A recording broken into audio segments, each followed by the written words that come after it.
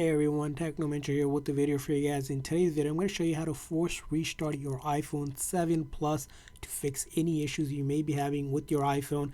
This is Apple's #1 troubleshooting step, so you want to follow this step. So let's get started. So first thing you're going to locate is that volume down button on the left side and this wake or that power button. So what we need to do is at the same time take two of our fingers and hold them down at the same time until the screen goes completely black and the Apple logo appears. So it's all about timing. So at the same time, press and hold both the volume down button and that wake or that side button, and you're going to wait for the screen to go completely black.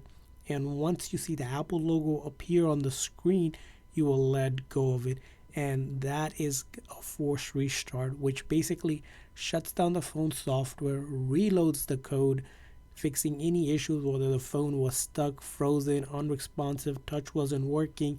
This is the steps that you want to do. This method is safe.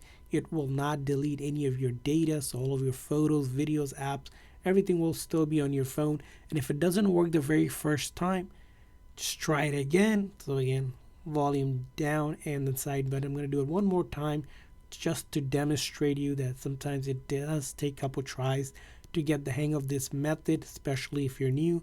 So don't give up, just keep on trying. As you can see here, I'm doing it one more time just to show you how you hold them down until the screen goes completely black and the Apple logo appears. And that's how you do it. I hope this video was helpful. If so, please consider hitting the like and subscribe button for more tips and tricks for your iPhone. We will see you guys next time.